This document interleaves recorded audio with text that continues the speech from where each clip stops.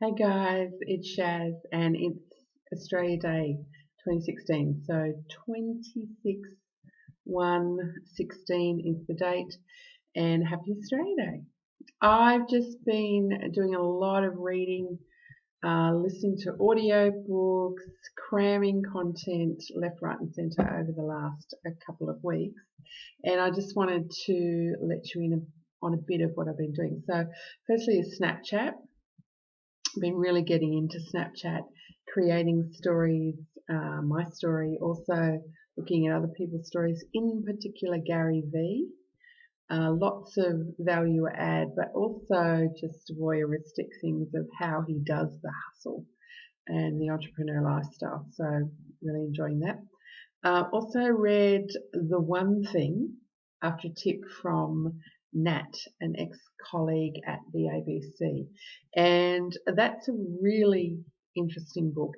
And the main thing that they talk about is one question to determine the best use of your time at any one point in time.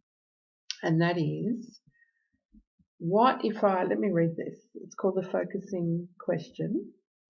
What is the one thing that I can do such that doing it will make everything else easier or unnecessary?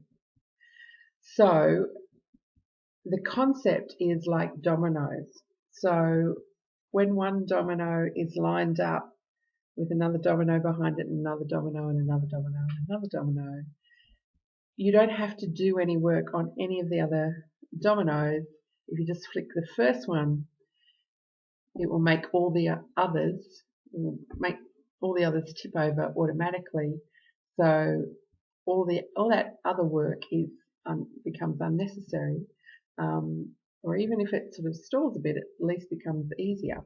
And so I've been thinking about this in my spiritual life, in my physical life, in my financial life. It's a really great focusing question, and some of the answers have surprised me. So at times it's been like, go to bed, because getting some sleep will make everything else easier.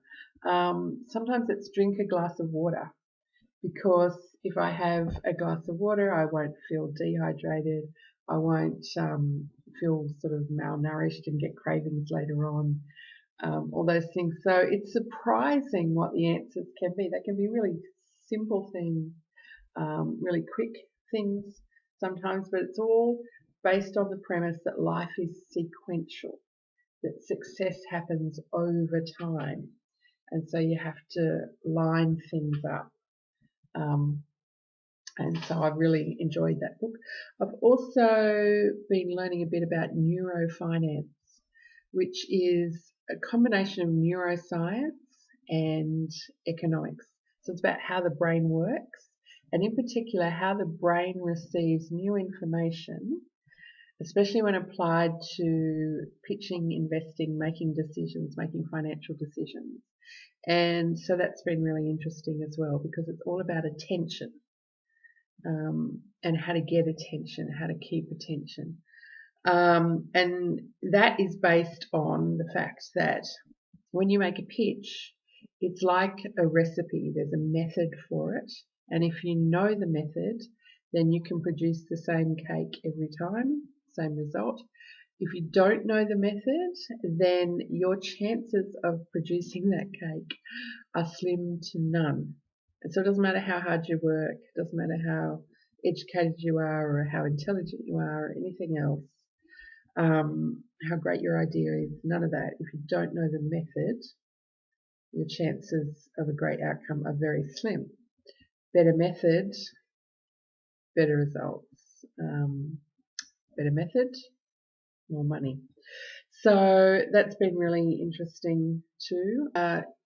Eating That Frog, which is a Brian Tracy thing about overcoming procrastination, and how basically you become what you think about most of the time. So you have to think about your most important task, your most important priority, and focus all your efforts on that in the beginning of the day. Because when you wake up, your mind has just been rebooted. the brain has just been reset and recharged and is at its highest functioning point. If you then use that time of day, which a lot of people do, to do physical exercise, to make their breakfast, to have a shower, to drive to work, to sit in traffic, all of those things drain your brain. And so by the time you actually get into a place where you can work and become dollar productive, you're not operating at peak efficiency. So if you do your dollar productive work as soon as you get up, before you've even changed out of your pajamas or done anything else, just get into that mode. It really helps your productivity, and I've really found that to work as well. I've also been listening to Jim Rohn, a bit of Dennis Waitley, Jerry Clark. So lots of really good learning, and I just wanted to share some of it with you on this Australia Day as my gift to you to help you make 2016 your best year ever. My catchphrase, my watch phrase for 2016 is to expand and advance. So in everything that I'm doing, I'm kind of like, how can I expand and advance? When I go and see old friends, I'm like, how can I make new friends? So last Friday night, I went to a great party actually, Blake's 30th party at the Brass Monkey in Perth. And I was seeing a lot of old friends, but I also extended to meet new people. It's part of my expand and advance in everything I'm doing, whether I'm just relaxing at a party or whether I'm focused and doing productive work. I'm trying to expand and advance, being very intentional about that in 2016. I've got a cruise coming up in a couple of weeks, so I'm looking to expand and advance on that as well as catching some relaxation and holidays. And I did some stand-up comedy a couple of weeks ago, not quite a couple of weeks ago. And so even though it's only 26 days into January, I'm feeling great about 2016. Lots of different things happening, lots of good things happening, lots of learning, lots of practical application and doorways. So that's my gift to you. Have a great 2016. If you want to work with me in 2016, then the next step is just get in touch. You can email me at misshazjones@gmail.com or tweet me, Miss Shaz Jones, on Twitter. Facebook, you'll find me Miss Sharon Jones, and you can find all of those links. Snapchat is Shaz Jones.